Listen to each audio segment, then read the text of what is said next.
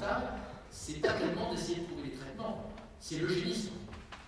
Je vous rappelle qu'en France, 97% des trisomiques sont avortés. C'est le principe, c'est le plus connu des handicaps mentaux en France. Il n'y a qu'un trisomique sur 30 qui survit au dépistage en France. Donc la société a fait un choix eugéniste. Et jusqu'à présent, la seule maladie mentale avec quotient intellectuel faible, quasiment, qu'on savait repérer par amniosynthèse, c'était la trisomie 21. Les autres handicaps mentaux, on ne savait pas les repérer génétiquement. Maintenant, on sait les repérer.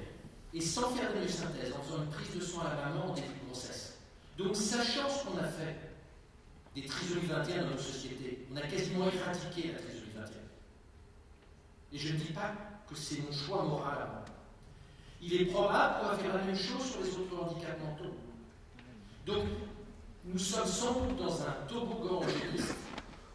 Et il n'y a pas de raison qu'on supprime 97% des trisomiques et qu'on laisse survivre des handicaps mentaux aussi atroces que la trisomie 21, comme les anomalies du gène MECP2, etc., etc. Je ne rentre pas dans les détails techniques. Donc, probablement que nous sommes à la veille d'une grande vague eugéniste. De surcroît, il n'y a pas que l'élimination des enfants ayant un handicap qui est possible.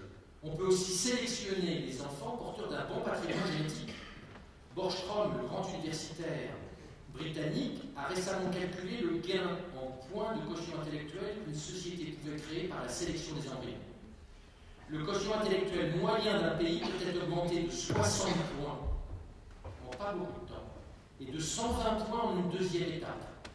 Ce qui ferait de Jacques Attali et de Bill Gates des gens à peine dans la moyenne dans la première étape et des handicapés mentaux dans la deuxième. Non, ça pose un vrai problème. Va-t-on pouvoir empêcher les parents de choisir d'avoir des enfants avec 160 de quotient intellectuel? Comment va-t-on expliquer aux parents la technologie existe pour choisir des embryons qui donnent une espérance mathématique autour de 160 de quotient intellectuel, c'est pas une certitude, c'est une courbe de Gauss. Mais il vaut mieux que vous ayez un enfant qui ait 90 de quotient intellectuel et qui ne trouvera jamais de boulot dans un monde où l'intelligence artificielle et la robotique seront généralisées. Ça va être très compliqué. J'ai peur, et moi personnellement, je me suis à plusieurs reprises élevé contre ce toboggan eugéniste. J'ai peur que la société soit eugéniste et notamment fasse de l'eugénisme intellectuel positif pour répondre aux défis de l'automatisation des automates intelligents. Et ce que nous avons fait collectivement sans nous en rendre compte sur la crise de 2021 n'incite pas à l'optimisme, puisque nous avons été extrêmement hard sur ce sujet-là, alors même, je vous rappelle, que les trisomiques 21 ont une espérance de vie normale, sont doux, gentils, ne souffrent pas. Ce n'est pas une pathologie comme la myopathie, où on meurt dans une myopathie grave à 10 ans, 15 ans, avec des souffrances terribles. Les trisomiques ne souffrent pas, sont des enfants parfaitement heureux. Pourtant, la société a décidé, du fait de leur handicap mental, d'en supprimer 29 sur 30. Et là, je ne porte pas un point de vue d'intégriste religieux, c'est une constatation sociologique et morale.